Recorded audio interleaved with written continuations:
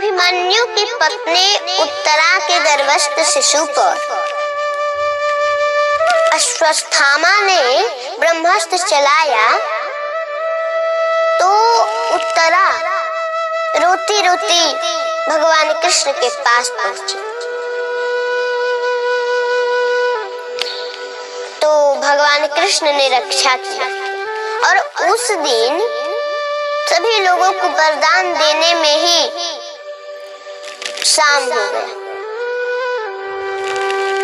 तो उस दिन भगवान कृष्ण वहीं पर रुक गए, वहीं पर उस दिन रह गए। और जब भोजन पानी से निवृत्त हुए सभी लोग तो अपने अपने कक्ष में पहुंचे। तब महाराज कृष्ण भगवान भी अपने कक्ष में गए। तो श्री कृष्ण ने देखा कि युधिष्ठिर के कमरे से सुसुकने की, रोने की आवाज आ रही है। भगवान कृष्ण धीरे धीरे उनके पास में पहुंचे और बोले कि दादाजी आप रो क्यों रहे, बताइए क्या कष्ट है आपको, आप रो रहे हैं।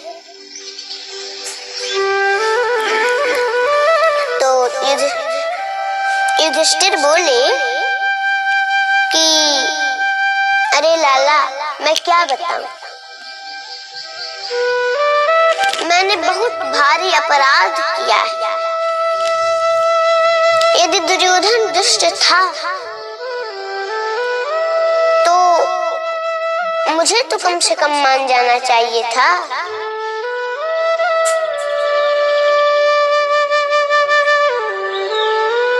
अरे लाला मुझसे बहुत बड़ा अपराध हुआ।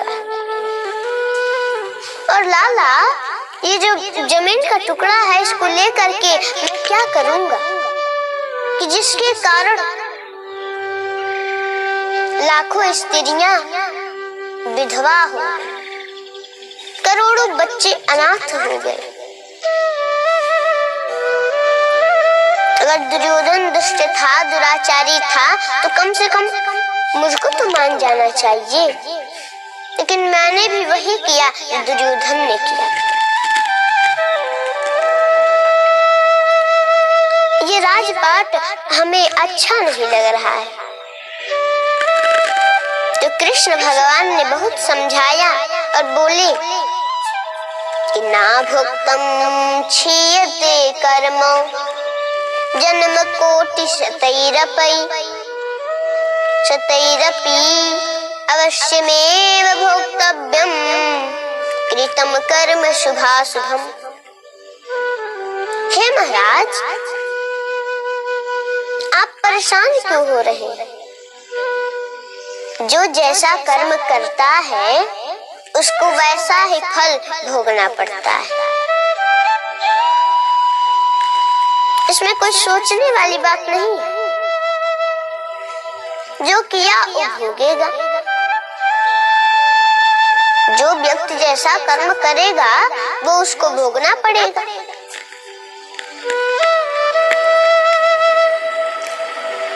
आज का किया हुआ कर्म हम लोगों को करोड़ों जन्मों के बाद भी भोगना पड़ता है। इसलिए चाहिए कि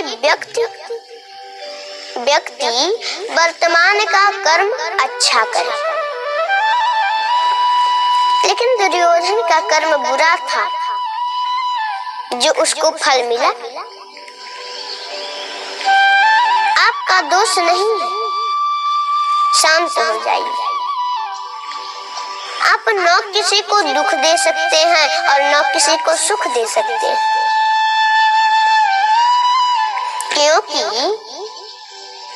कोई न काऊ सुख दुख करि दाता निज कृत कर्म भोग सुनिव्राता। इसमें सोचने के लिए कुछ भी नहीं है।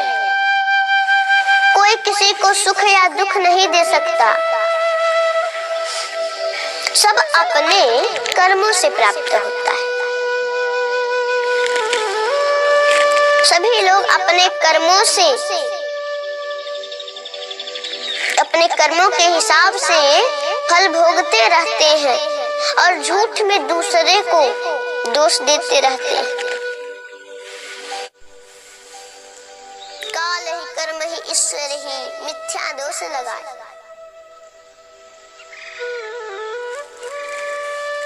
अपने कर्म तो करते हैं बुरा और जब बुरा फल मिलता है तो भगवान को दोष देते हैं कि भगवान ने हमारे साथ में अच्छा नहीं किया,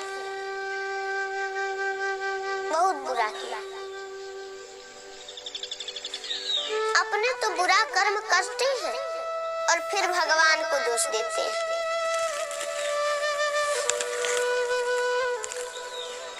तो देखिए, आप मत सोचिए, लेकिन कितना भी प्रभु समझाए युधिष्ठिर समझे नहीं और सुबह हो गया।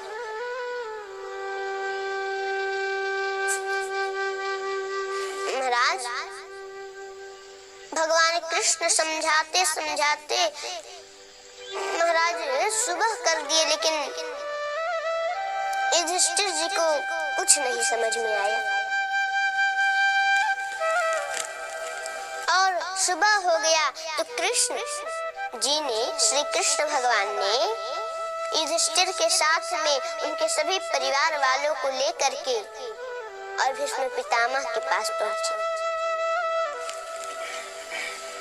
जो भीष्म पितामह 52 दिनों से बाड़ों की सैया पर सोए,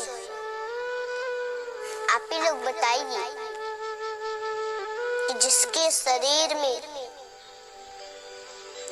जिसके रोम रोम में बाढ़ लगे हैं, इसका पूरा शरीर बाढ़ ही बाढ़ लगा है पूरे शरीर में, उसको कितना कष्ट होगा, उसकी क्या हालत होगी, क्या स्थिति होगी उसकी। लेकिन फिर भी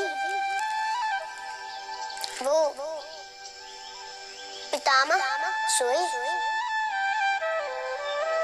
और क्योंकि देखिए, वो जब चाहते तो वो अपने प्राण को त्याग सकते थे, क्योंकि उनको वरदान मिला था